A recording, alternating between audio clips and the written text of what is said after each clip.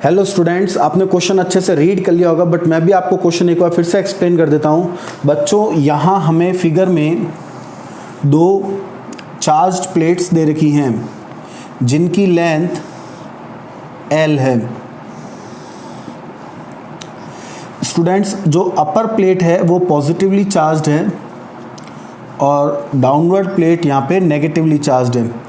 तो इसका मतलब ये हुआ कि यूनिफॉर्म इलेक्ट्रिक फील्ड इनके बीच में यहाँ डेवलप होगा और उसकी डायरेक्शन डाउनवर्ड डायरेक्शन में होगी। और यहाँ पे दे रखा है स्टूडेंट्स हमें कि एक इलेक्ट्रॉन जो है वो सिमेट्रिकल वे में जो है वो u वेलोसिटी से यहाँ पे एंटर होता है और जो है वो इस तरह से मूव करते हुए जब वो इस इलेक्ट्रिक फील्ड से बाहर आएगा तो उसका एंगल ऑफ डेविएशन जो है वो हमें यहाँ पे फाइंड आउट करना है। तो आइए स्टूडेंट्स हम स्टार्ट करते हैं इसका सॉल्यूशन। देखिए बच्चों, ये जो इलेक्ट्रॉन यहाँ पे सिमेट्रिकल वे में एंटर कर रहा है इसका पाथ पैराबोलिक ही होगा, स्ट्रेट लाइन नहीं होगा, क्योंकि यहाँ पे आप देख सकते हैं कि एक्स डायरेक्शन में इसके ऊपर कोई फोर्स नहीं लग रहा, तो इसलिए इस वजह से इसके पास एक्सेलरेशन भी नहीं होगा और इसकी जो वेलोसिटी है एक्स डायरेक्शन में वो यहाँ पे यूनिफॉर्म रहेगी। ओके, तो हम लिख सकते हैं इन x direction velocity of electron will be uniform, that is जो Vx है वो हमें ux मतलब इनिशियल वेलोसिटी u के बराबर ही वो यहाँ पे हमें मिलेगी। और यहाँ पे y डायरेक्शन में जो है आप देखिए अपवर्ड y डायरेक्शन में जो है इलेक्ट्रॉन के ऊपर यहाँ पे फोर्स लगेगा इलेक्ट्रिक फील्ड के कारण F इक्वल्स टू QE, तो उस वजह से जो है ये इलेक्ट्रॉन जो है अपवर्ड डायरेक्शन में मूव करने लग जाएगा और दोनों के रिजल्टेंट इफेक्ट के कारण जो इसका पाथ होगा वो यहाँ पे दोनों वेलोसिटीज के कारण जो इसका पाथ यहाँ पे पैराबोलिक हो जाएगा। बच्चों, जब ये बाहर निकल रहा है यहाँ पे तो ये एंगल ऑफ डिविएशन थीटा हमें यहाँ पे कैलकुलेट करना है, तो उसके लिए हम मान लेते हैं कि इलेक्ट्रॉन v वेलोसिटी से बाहर निकलता है। तो इसके दो कंपोनेंट्स हो जाएंगे, एक y डायरेक्शन में vy इसकी वेलोसिटी का, x डायरेक्शन का कंपोनेंट होगा vx।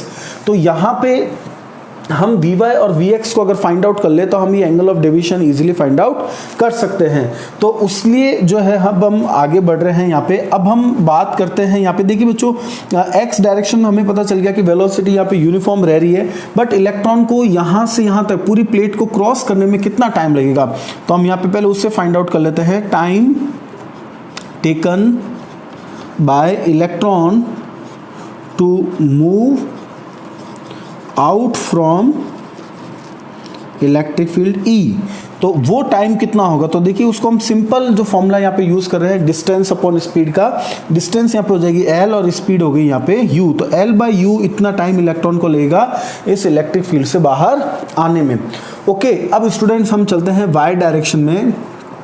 इन y डायरेक्शन अगर हम यहाँ पे बात करें बच्चों, तो इलेक्ट्रॉन का सबसे पहले अगर हम यहाँ पे देखें कि एक्सेलरेशन क्या होगा, तो एक्सेलरेशन होता है फोर्स अपॉन मास।